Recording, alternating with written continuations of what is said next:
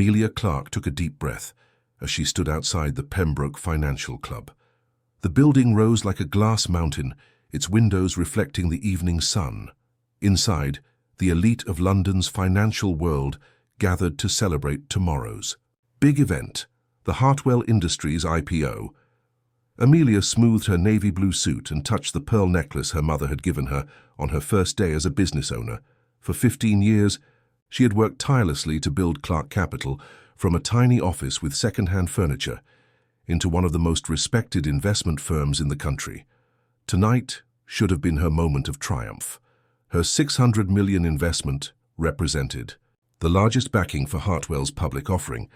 The doorman's eyes flickered over her before settling into a cold stare.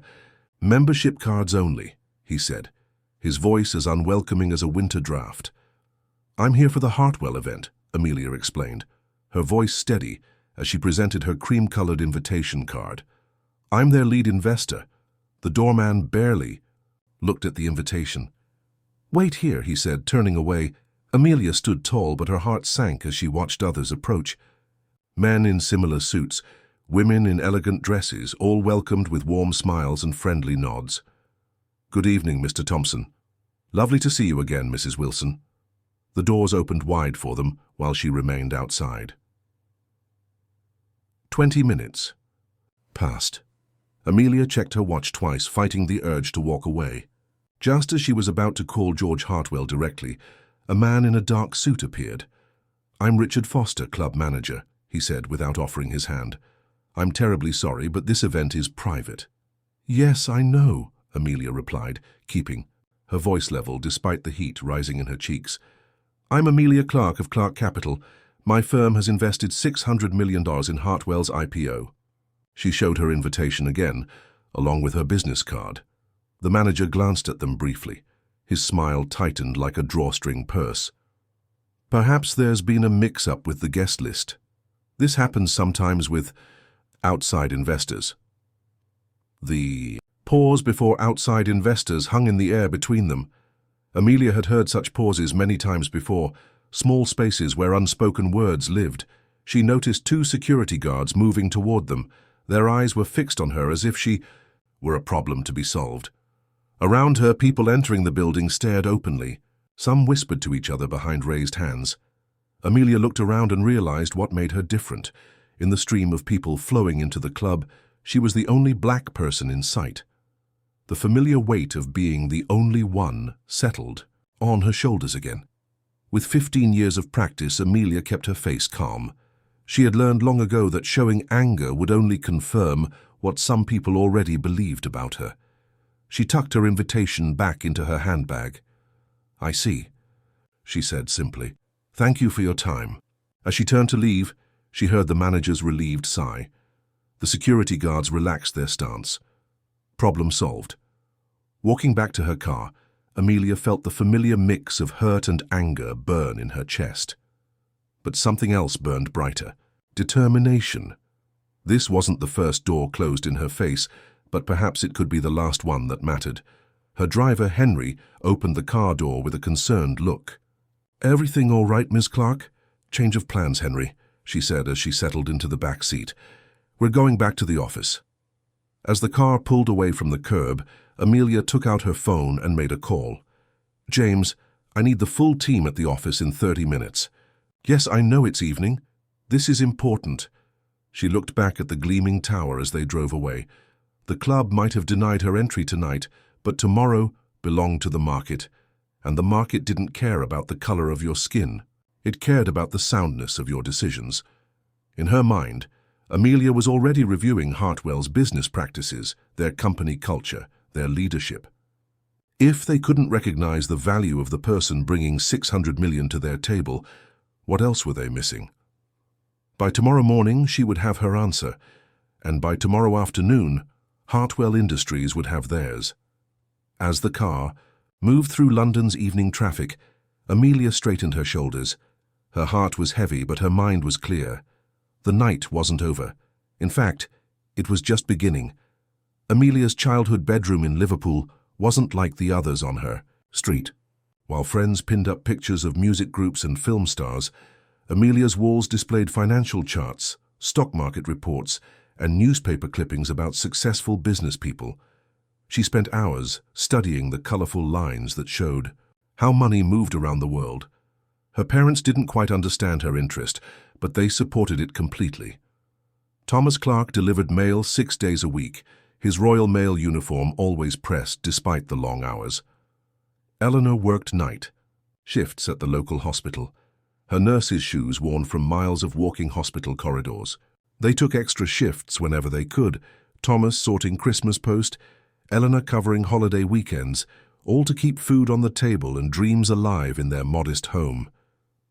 "Look at those bankers in London," Thomas would say during rare family dinners. "They're no smarter than you, they just had different starts in life." Eleanor would nod, her tired eyes brightening when she looked at her daughter. "It's not about where you start, love," she would say, squeezing Amelia's. "It's about where you're determined to go." By 16, while other girls saved pocket money for clothes or music, Amelia put every penny into a small investment account her uncle had helped her open. She read financial books borrowed from the library until the pages were soft from use. When her math teacher, Mr. Lewis, found her studying stock reports during lunch break, he didn't scold her. Instead, he brought her advanced books and taught her formulas not covered in class. "You have a gift for numbers," he told her. "Don't let anyone tell you what you can't do with it." Her hard work paid off when Cambridge University offered her a full scholarship. The day the letter arrived, Eleanor cried, and Thomas took the family out for dinner, a rare treat they could barely afford. Cambridge opened a new world to Amelia, but also showed her how different her background was from most students there. While classmates talked about family holidays in France or skiing trips in Switzerland, Amelia worked part-time in the university cafeteria to send money home. Professor William Bennett noticed her in his economics class, not just for her perfect grades, but for her unique perspectives on market trends. He invited her to special study sessions and introduced her to guest speakers from the financial world. "You have an exceptional mind, Amelia," he told her one afternoon as they reviewed her thesis. "But I must warn you, the financial world can be unwelcoming to outsiders." His kind eyes held concern. "Still, remember this, numbers don't lie, and eventually, talent speaks louder than prejudice. It may take longer, but brilliance like yours cannot be ignored forever." After graduation, armed with top honors and Professor Bennett's recommendation, Amelia faced the harsh reality of his warning. Interview after interview ended with polite rejection letters. "Your qualifications are impressive, but you're not quite the right fit for our team culture," they would say, though her credentials outshone other candidates who received offers. 6. Months of rejections left her savings dwindling. When a small investment firm finally offered her a position as a junior analyst, with pay well below her qualifications, Amelia took it gratefully. From day one, she worked twice as hard as everyone else.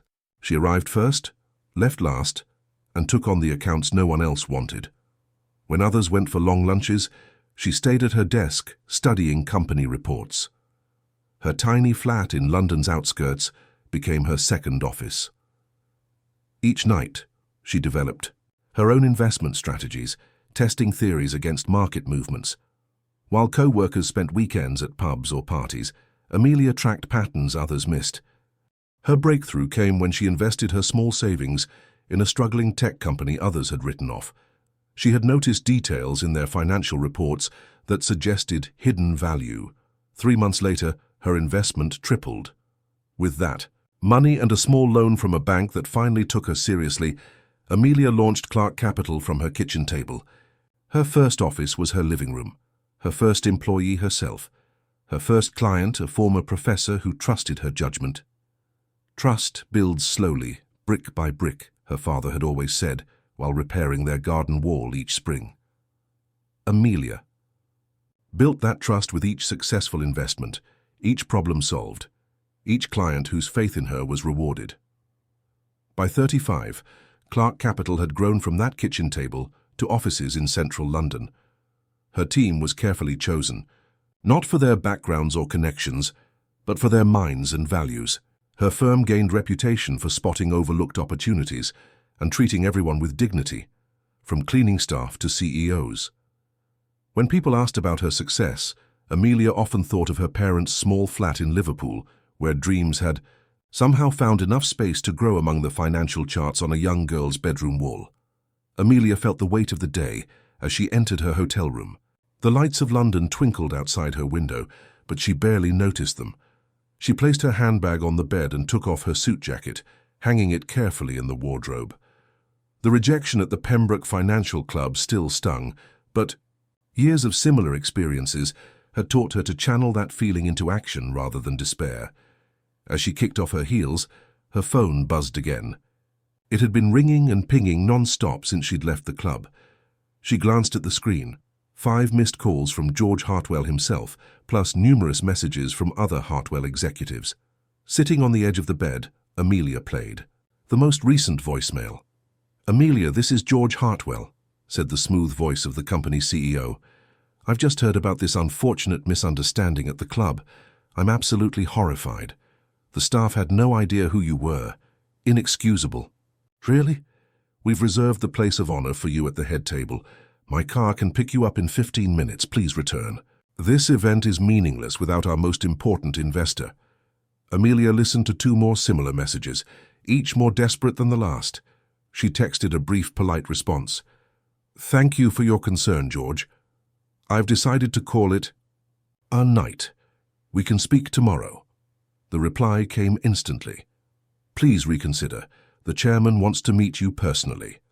Amelia placed her phone on silent and set it aside. She wasn't ready to make any decisions while emotions were still fresh. Instead, she opened her laptop and pulled up the complete set of Hartwell business records her team had compiled during their due diligence process. For the next 3 hours, she reviewed everything with new eyes, not as an eager investor, but as someone questioning the company's fundamental character. What she found troubled her deeply. There were 7 discrimination claims over the past 5 years, all quietly settled with strict confidentiality agreements. The executive team photos showed 23 white men, 2 white women, and not a single person of color. The employee demographics were barely better. Their published company values document spoke beautifully about inclusion and respect. But there was little evidence these values existed beyond the page. At midnight, she called Daniel Thompson, an old friend and fellow investor she'd known since Cambridge. "You're working late," he answered. "I need your honest opinion on Hartwell Industries," she said, skipping any small talk. "Funny you should ask," Daniel sighed. "My colleague Mary tried to attend one of their investor events last month. Similar story. They kept her waiting outside until someone recognized her surname. The Wilsons have been in banking for generations. You know, they only apologized when they realized who her family was." "And what did Mary do?" Amelia asked. "She accepted their apologies. The money was too good to walk away from." Daniel paused. "But you're calling me at midnight, so I'm guessing you're thinking differently." "I'm considering withdrawing our investment." Daniel whistled. "That's 600 million, Amelia. The IPO is tomorrow." "I know. It would crash their offering." "I know. That too." Daniel was quiet for a moment. "For what it's worth, I think their technology is solid, but a company is more than its products." After they hung up, Amelia ordered tea from room service and made notes. This wasn't about hurt feelings or revenge. It was about business judgment. A company that couldn't recognize the value of diversity, that treated people differently based on appearance, that settled discrimination claims in secret, these were signs of deeper problems that would eventually affect the bottom line. Poor judgment in people meant poor judgment in business. And poor judgment was a risk she couldn't afford. She slept for 3 hours and woke clear-headed. By 6 in the morning, she had drafted a formal letter withdrawing Clark Capital's 600 million investment from Hartwell Industries, effective immediately. The letter was simple and professional. It mentioned nothing about the previous night's incident. Instead, it stated that after final review, Clark Capital had determined that Hartwell's corporate governance structures and company culture presented unacceptable long-term investment risks. Her assistant James arrived at 7 with breakfast and fresh clothes. "Are we sure about this?" he asked after reading the letter. "Completely," Amelia replied. "The financial papers will be all over this story by lunch." "I know. Prepare a simple statement, no details about what happened at the club. Just explain that we make investment decisions based on comprehensive risk assessment, including company culture and governance. At 8:30, with steady hands and calm heart, Amelia pressed send on the email to George Hartwell, the company board, and their legal team. She also sent copies to her own board and major clients. Her phone rang immediately. She let it go to voicemail. Looking out at the morning sun rising over London, Amelia felt a strange peace. The decision had cost her company millions in potential profits, but some things were worth more than money. True wealth, she whispered to herself, is built on true values. The news of Clark Capital's withdrawal from the Hartwell IPO hit London's financial district like a thunderclap on a clear day. By 9 in the morning, the headline "Clark Capital withdraws 600 mouters from Hartwell IPO" flashed across trading screens in banks and investment houses throughout the city. Amelia sat in her office, surrounded by her senior team watching the financial news channels. Reporters stood outside Hartwell's headquarters, speculating about the sudden withdrawal hours before trading was set to begin. "We've received 63 calls from the press already," said James, her assistant, handing her a cup of tea. "And George Hartwell has called 5 times in the last hour." Amelia nodded calmly. "Please tell Mr. Hartwell I'll speak with him this afternoon after the market closes." Her phone rang again. This time she answered it, putting it on speaker. "Amelia, please." George Hartwell's voice had lost all its usual confidence. "This is destroying us. The opening price is being revised down by the minute. Please reconsider. We'll give you a board position. We'll implement any changes you suggest. Just reinstate your investment." "I'm sorry, George," Amelia replied evenly. "Our decision is final. I wish you the best of luck with the IPO." After the call, her communications director, Lucy, entered with a draft statement for the press. "Too detailed," Amelia said after reading it. "Make it simpler. No mention of last night. This isn't about me or what happened at the club." 20 minutes later, Clark Capital released a short statement. "Clark Capital makes investment decisions based on comprehensive analysis of long-term value potential. Our assessment includes corporate culture as a key performance indicator." By the time the opening bell rang at the London Stock Exchange, 4 other institutional investors had followed Clark Capital's lead and withdrawn their investments. Hartwell's IPO, which analysts had predicted would be the year's biggest success, opened 40% below its target price. "I've never seen anything like it," said Robert, Amelia's chief financial officer, watching the numbers on his screen. "It's still falling." On trading floors across London, Hartwell was the only topic of conversation. "Did you see their internal practices?" asked an analyst at Barclays. "Their diversity numbers are abysmal. Quite shocking for a modern company," replied his colleague. No wonder Clark pulled out. By lunchtime, financial blogs had begun calling it the Clark effect, when a company's true values, or lack thereof, suddenly impact its market value. As the afternoon wore on, Amelia received calls from other investment firms, all asking the same question. What had she seen in Hartwell's records that prompted such a dramatic move?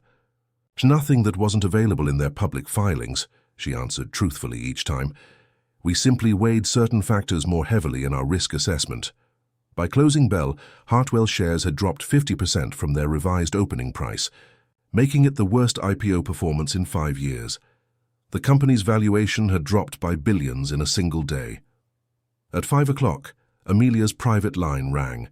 It was Margaret Wilson, head of the Financial Conduct Authority, the powerful regulator, overseeing all financial firms in the UK. "Quite a day you've had, Amelia," Margaret said. Her voice carried the weight of her authority, but there was something else there too. Respect. "Indeed," Amelia replied, unsure where the conversation was heading. "I wanted to call personally," Margaret continued. "You've started something important. Companies across the city are suddenly very interested in reviewing their inclusion policies. My office has received inquiries from 20 major firms today asking about best practices." "That's unexpected," Amelia said. "Is it?" Margaret asked. "Or is it simply that money talks, and today you gave it something important to say?" After they hung up, Amelia stood by her office window looking out at the London skyline. as lights began to twinkle in the dusk. Her actions had cost her company millions in potential profit. Yet she felt no regret. Throughout her career, she had been told to keep her head down, to accept the small injustices, to play by rules designed by others. Today, she had changed the rules. Her assistant knocked softly. The evening papers are calling it a watershed moment for the city. And there are already 32 interview requests, Amelia smiled. Thank them all, but tell them I'm not available for comment. This moment wasn't about her personal story. It was about something larger, about what happens when someone finally says enough and has the power to make it matter. As darkness fell over London, Amelia knew this moment could transform more than just one company. Sometimes change needed a push, and today she had pushed with $600 million behind her. 6 months after the Hartwell IPO disaster, Amelia Clark stood on the stage of the Royal Albert Hall.